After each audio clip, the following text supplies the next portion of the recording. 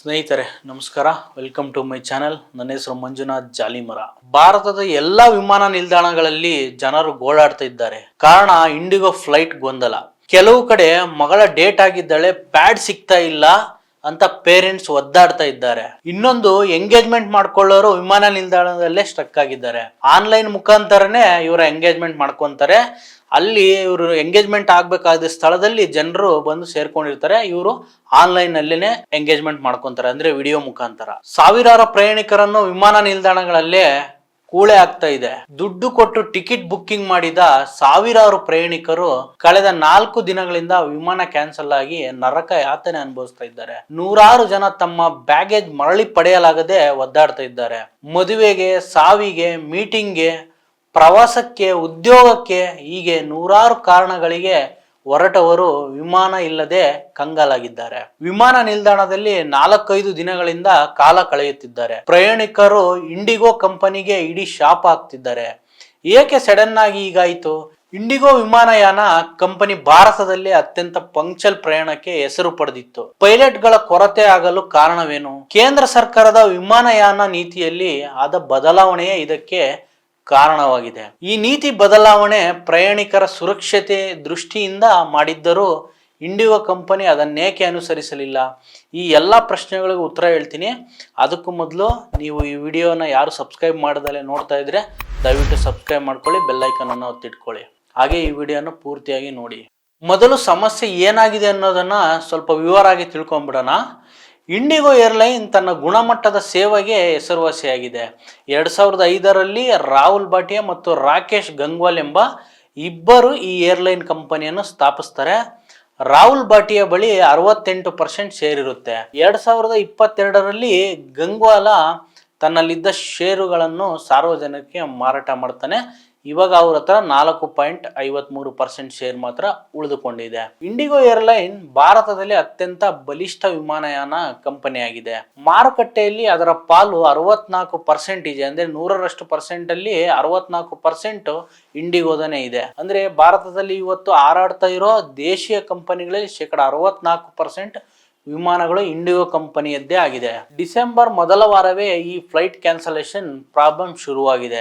5 ದಿನಗಳಲ್ಲೇ ಸುಮಾರು 2ರಿಂದ 2.5 ಸಾವಿರ ವಿಮಾನ ಹಾರಾಟಗಳು ಕ್ಯಾನ್ಸಲ್ ಆಗಿದೆ. ಟಿಕೆಟ್ ಬುಕ್ಕಿಂಗ್ ಮಾಡಿದವರಿಗೆ 2 ದಿನಗಳ ಒಳಗೆ ದುಡ್ಡು ವಾಪಸ್ ಮಾಡ್ತೀವಿ ಅಂತ ಕಂಪ್ನಿ ಹೇಳಿತ್ತು. ಆದ್ರೆ ಕೆಲವರಿಗೆ ರೀಫಂಡ್ ಆಗ್ತಿದೆ, ಕೆಲವರಿಗೆ ಆಗ್ತಾ ಇಲ್ಲ.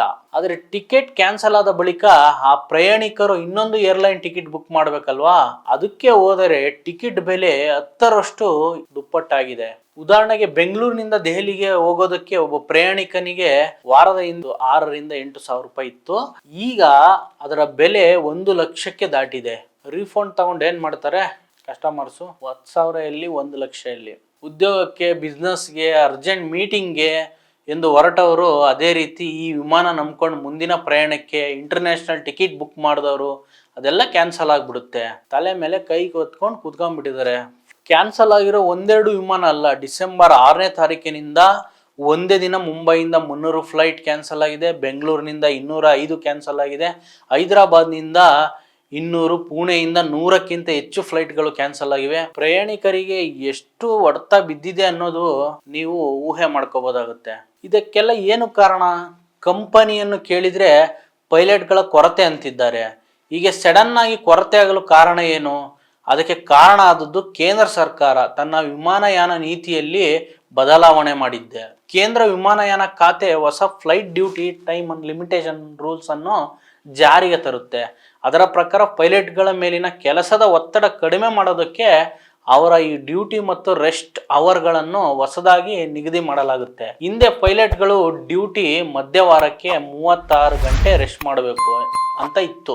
ಹೊಸ ನಿಯಮದ ಅನ್ವಯ ಅದನ್ನು 48 ಗಂಟೆಗೆ ಏರಿಸಲಾಗಿತ್ತು. ಅದೇ ರೀತಿ ನೈಟ್ ಲ್ಯಾಂಡಿಂಗ್ ಮಾಡ್ತಾರೆ. ಇಲ್ಲಿಂದ ಹೋದ್ಮೇಲೆ ಲೈಟ್ ಲ್ಯಾಂಡಿಂಗ್ ಮಾಡ್ತಾರಲ್ಲ, ಹಿಂದೆ ಒಬ್ಬ ಪೈಲಟ್ಗೆ 6 ನೈಟ್ ಲ್ಯಾಂಡಿಂಗ್ ಮಾಡಬೇಕಿತ್ತು. ಅದನ್ನು 2 ನೈಟ್ ಲ್ಯಾಂಡಿಂಗ್ಗೆ ಇಳಿಸಲಾಗಿತ್ತು. ಅದೇ ರೀತಿ ರಾತ್ರಿ ಪಾಳಿಯನ 1 ಗಂಟೆ ವಿಸ್ತರಿಸಲಾಗಿದೆ. ಈ ನಿಯಮವನ್ನು ಜುಲೈ 1ರಿಂದಲೇ ಜಾರಿಗೆ ತರಲಾಗಿದೆ. ನಿಮ್ಮ ಪೈಲಟ್ಗಳ ಸಂಖ್ಯೆಯನ್ನು ಹೆಚ್ಚಿಸಿ ಶಿಫ್ಟ್ಗಳನ್ನು ಅಡ್ಜಸ್ಟ್ ಮಾಡಿ ನವೆಂಬರ್ 1ನೇ ತಾರೀಕಿನವರೆಗೆ ಇದಕ್ಕೆ ಕಾಲಾವಕಾಶ ಇದೆ ಎಂದು ಗೌರ್ಮೆಂಟ್ ಹೇಳಿತ್ತು. ಆ ಟೈಮಲ್ಲಿ ನವೆಂಬರ್ 1ರಿಂದ ಕಡ್ಡಾಯವಾಗಿ ಹೊಸ ನಿಯಮ ಜಾರಿ ಆಗ್ಬೇಕೆಂದು ವಾಯುಯಾನ ಖಾತೆ ತಿಳಿಸಿತ್ತು. ಇಂಡಿಗೋ ಭಾರತದಲ್ಲೇ ಅತಿ ದೊಡ್ಡ ಕಂಪನಿ, ಬರದಿಂದ ಬೆಳೀತಾ ಇರೋ ಕಂಪನಿ ಇದು. ಇವ್ರನ್ನ ಮೆಚ್ಕೊಂಡ್ಲೇಬೇಕು, ಯಾಕಂದ್ರೆ 60% ಇವ್ರದ್ದು ಟ್ರಾವೆಲಿಂಗ್ ಇದೆ, ಕಮ್ಮಿ ರೇಟ್ ಕೂಡ ಹೌದು. ಎಲ್ಲಕ್ಕೂ ಬೇರೆ ಕಂಪನಿಗಳಿಗೆ ಹೋಲಿಸ್ಕೊಂಡ್ರೆ ಇವರು ಒಂದು ಸ್ವಲ್ಪ ಬೆಸ್ಟ್, ಸಾಮಾನ್ಯ ಜನರು ಹೋಗುವಂತ ಒಂದು ಫ್ಲೈಟ್ಗಾಗಿದೆ. ದಿನಕ್ಕೆ 2300ಕ್ಕೂ ಹೆಚ್ಚು ಫ್ಲೈಟ್ಗಳು ಟ್ರಿಪ್ ನಡೆಸ್ತಾ ಇದೆ. ಇದರಲ್ಲಿ 400ಕ್ಕೂ ಹೆಚ್ಚು A320 ಏರ್ಕ್ರಾಫ್ಟ್ಗಳಿವೆ. ಅತ್ಯಂತ ಕಡಿಮೆ ಸ್ಟಾಪ್ ಇಟ್ಕೊಂಡು ಅತ್ಯಂತ ಹೆಚ್ಚು ಟ್ರಿಪ್ ಹೊಡಿತಾ ಇರೋ ಕಂಪನಿ ಇದು. ಕಾಸ್ಟ್ ಕಟ್ಟಿಂಗ್ ಮ್ಯಾನೇಜ್ಮೆಂಟ್ ವಿಧಾನ ಇದು ಸರ್ಕಾರದ ನೀತಿಯನ್ನು ಜಾರಿಗೊಳಿಸೋದಕ್ಕೆ ಹೆಚ್ಚುವರಿ ಪೈಲಟ್ಗಳನ್ನು ನೇಮಕ ಮಾಡಬೇಕು.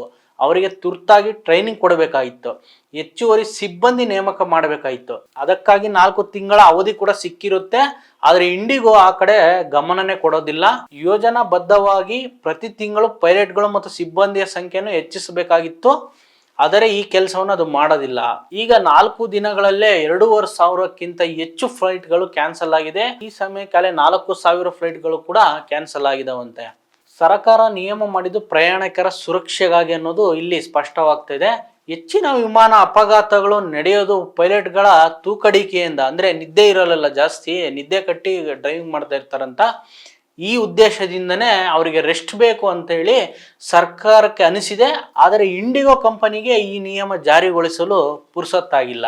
ಈಗ ಸರ್ಕಾರ ಏನ್ ಮಾಡಬೇಕು?